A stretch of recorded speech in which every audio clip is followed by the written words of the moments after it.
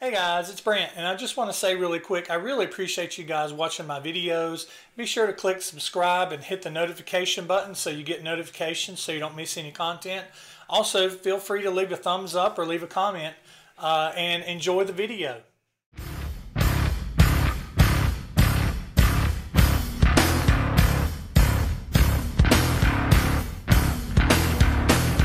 my head, in my head.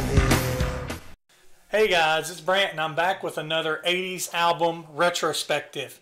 And I'm really enjoying doing these. I'm really enjoying the feedback that I'm getting off of them. And I've already done a couple albums. So if this is the first one that you've seen of this one, just feel free to go back. I have a playlist made for them called 80s Albums Retrospective or something like that. But today I'm going in chronological order and basically not really talking so much about the album, but talking about what was going on with me during the time that these albums came out and how they influenced me, and looking back on them in a retrospective type way, thus the title. And today I'm going to be talking about this album right here. 1981's Ozzy Osbourne, Diary of a Madman. Let's get right to it.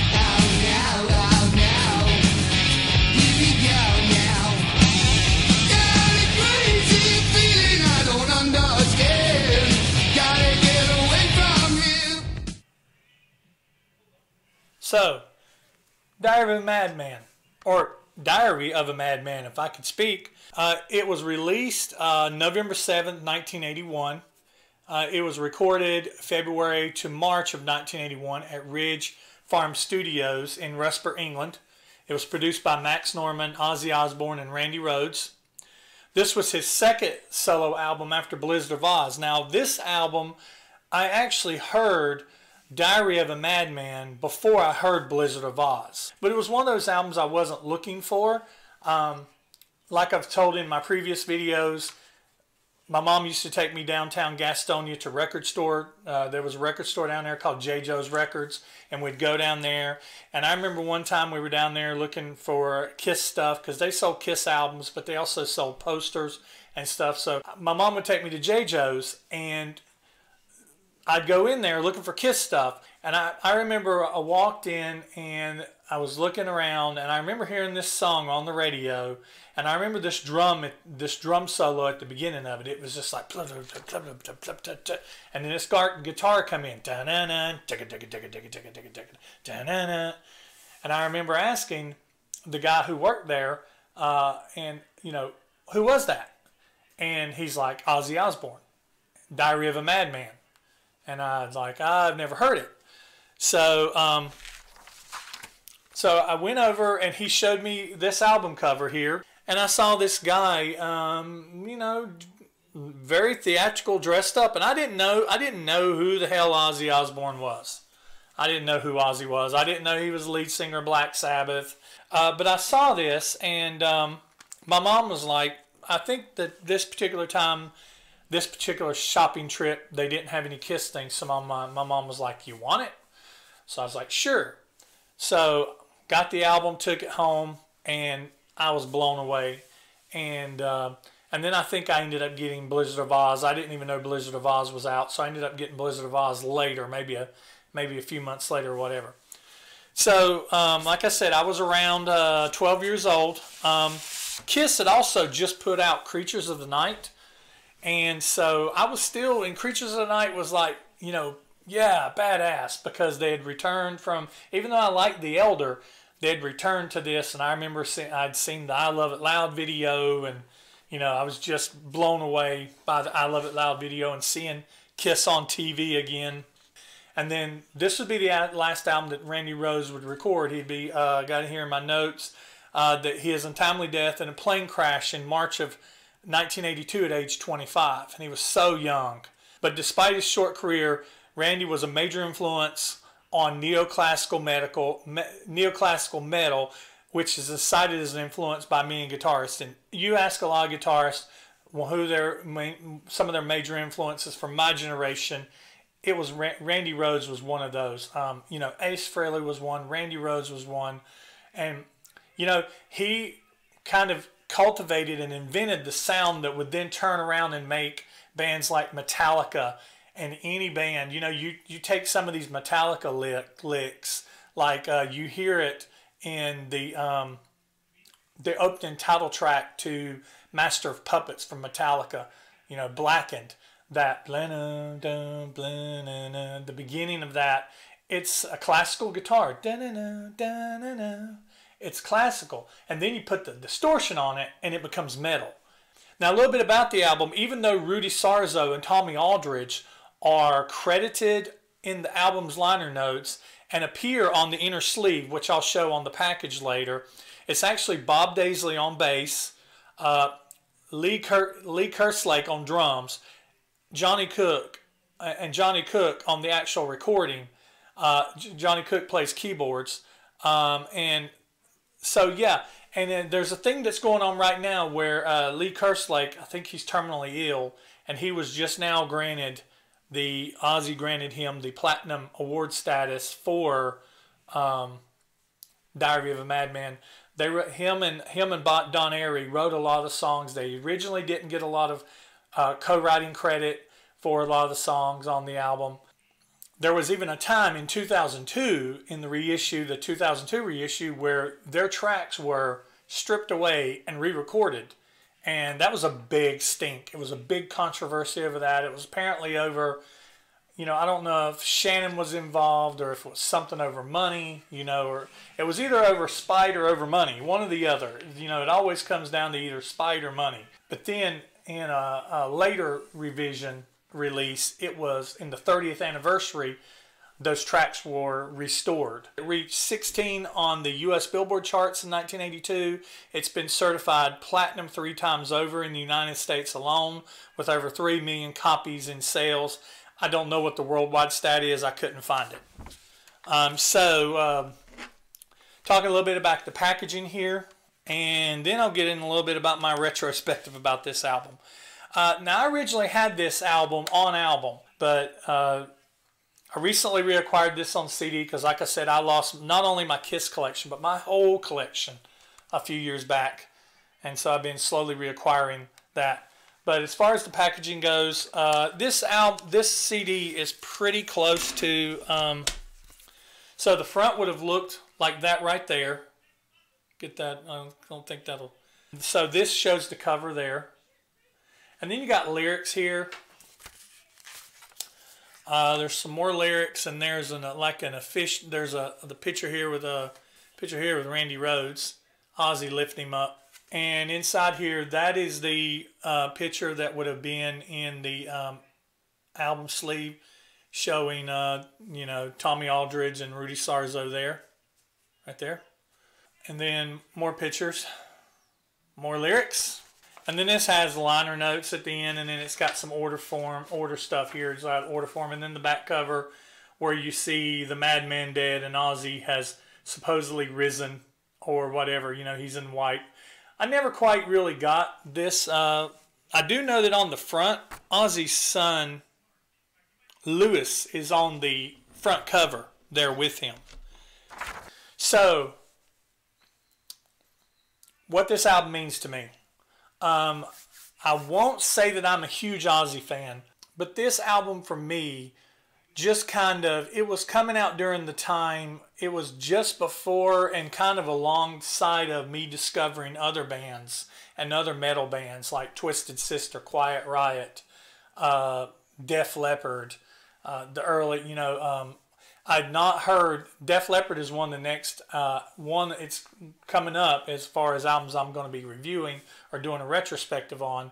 Came out in 83, I think, somewhere around there. And I hadn't really heard anything before that album. I hadn't heard anything, you know, High and Dry or On Through the Night. I'd basically only heard Pyromania up to that time. So, and I was a big fan of Pyromania.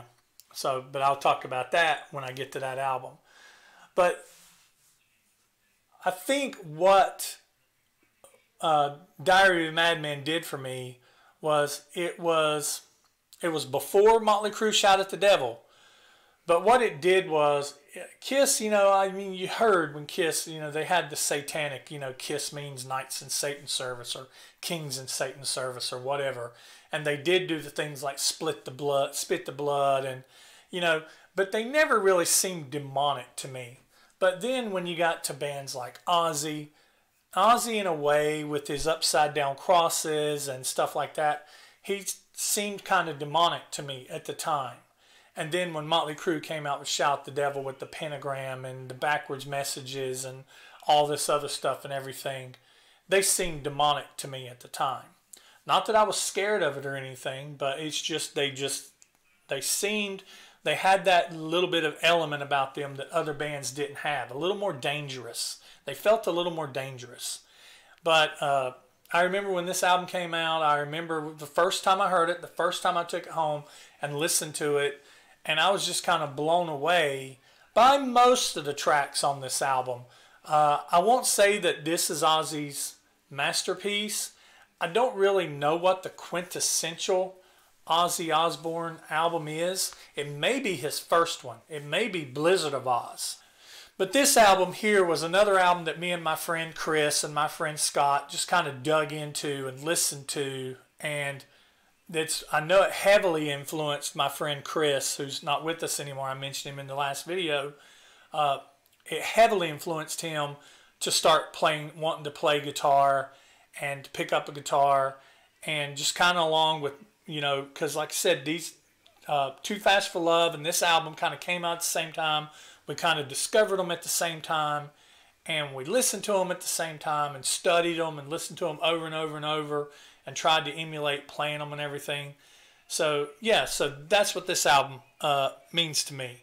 So I'm going to talk a little bit about the track listing and give my thoughts on each one. So you know it opens up with Over the Mountain, which to me is, what a way to start an album. I mean, just the drum solo at the very beginning of the album that leads into it. And then the guitar riff there. Believe it or not, my favorite song on this album is not one that the album is known for. It's more of a deeper track. But Over the Mountain is really good. It's got an awesome solo, and it's just one of those songs that I was just like, when I heard it, I knew I was going to enjoy this album because it was right up the line with where I was wanting to go listening to music and things like that. And the drumming was awesome. So, you know, I enjoyed the song. Flying High Again. Now, I probably like Flying High Again a little better than Over the Mountain. And this is another song that this album is very well known for. I just like, you know how it just kind of starts and I was just like, oh no. You know, it's like, it's just really cool. It's got a really good riff, and Mama's Gonna Worry, I've Been a Bad, Bad Boy. I mean, you know, and Ozzy just has a way. He's very melodic. He writes very good melodies and everything. Randy, I mean, come on. You can't go wrong with Randy Rhoads. And I like it better than Over the Mountain. The next song, You Can't Kill Rock and Roll, is probably my favorite song on the album.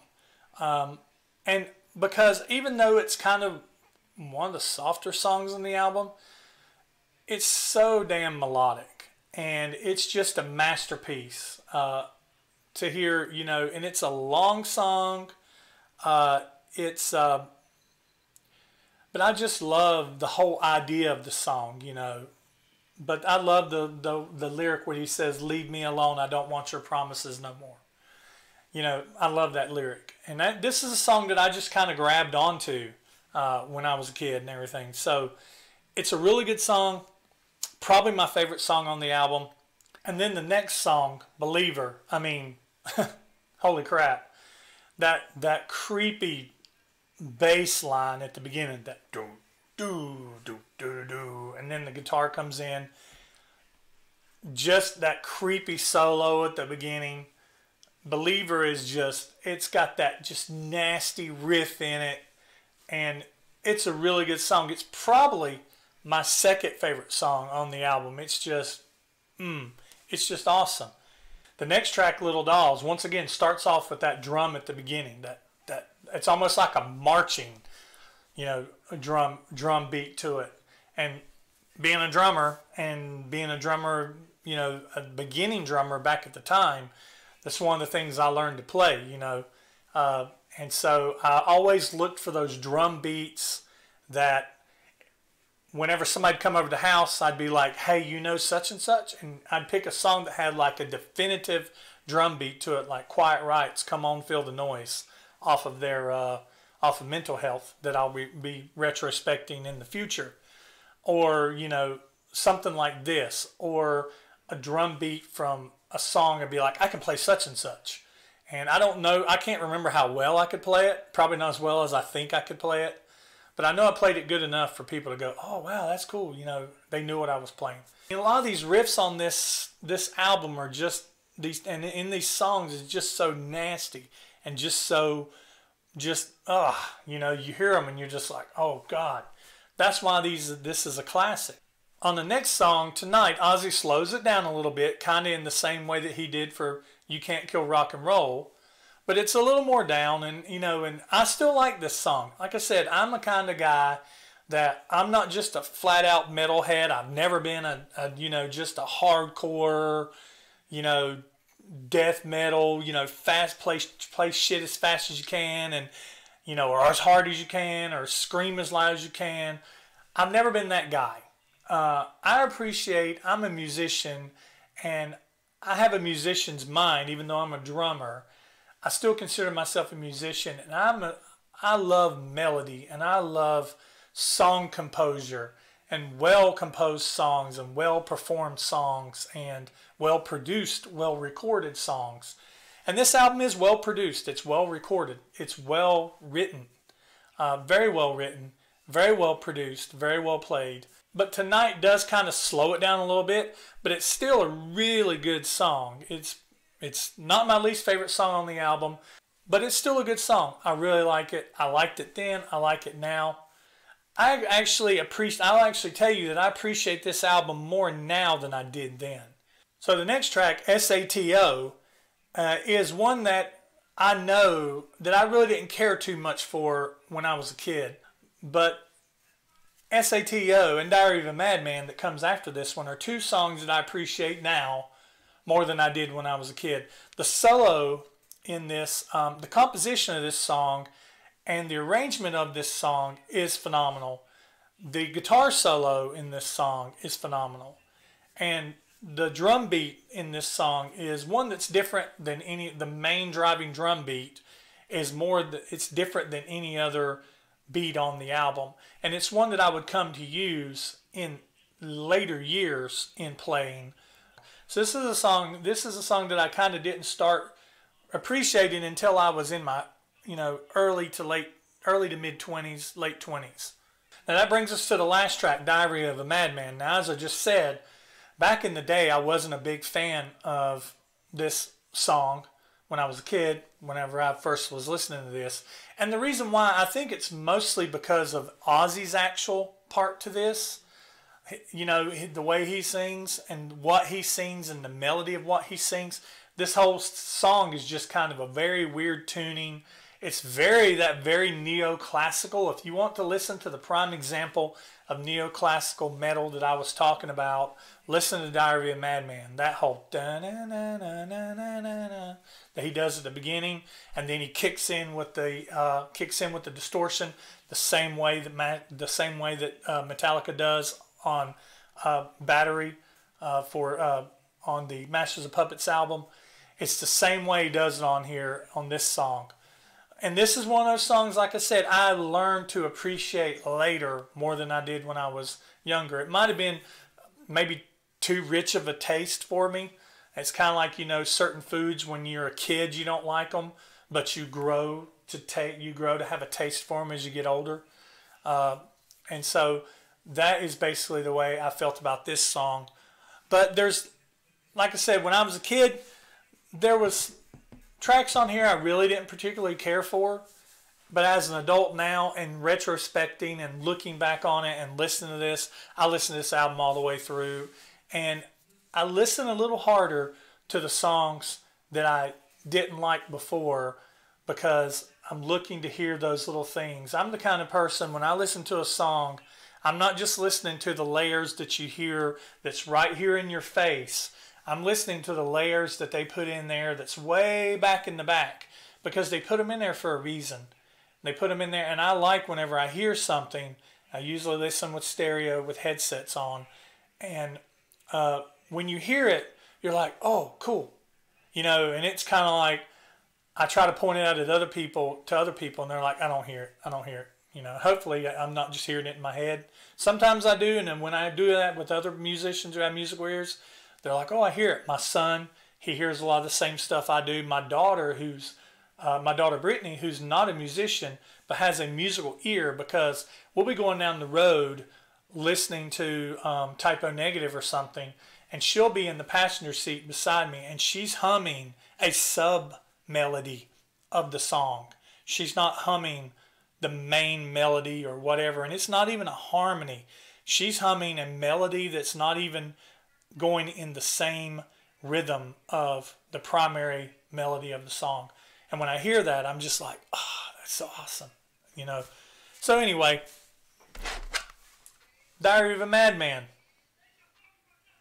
Like I said, it's probably not my favorite Ozzy album. Now to think about it, it probably is Blizzard of Oz. But this is a gem here that, I tell you what, this one here, it had more of an influence on me than any of the other Ozzy albums. It had more of an influence on me than Blizzard of Oz, or of any Ozzy album to follow. This had a pretty good influence on me in further moving me in the direction of music that I would be listening to in the coming years, as I went from being, 12 to 13 to 14 and on up. So, yes, so I know you've heard this. If you haven't heard this album in a while, it's on Amazon. It's on, you can listen to it just about anywhere. Give this one a spin and listen to it all the way through today if you haven't heard it in a while, because it is really a gem. And that's all I've got today. I appreciate everybody watching. And like I said, if you enjoyed this video, click the subscribe button and leave a thumbs up if you enjoyed the video. Leave a comment. What's your favorite songs off this album? What songs do you like? What songs do you not like? What was going on with you when Diary of a Madman came out? How old were you, and what was going on in your life? Where's the first time? Where'd you pick it up? Where'd you buy it? These are the things I want to know. I like knowing about you guys. I like hearing your stories as well as you listen to mine. I like to hear yours. So that's all I've got for today. I'm Brant. I appreciate you watching, and I'll see you next time.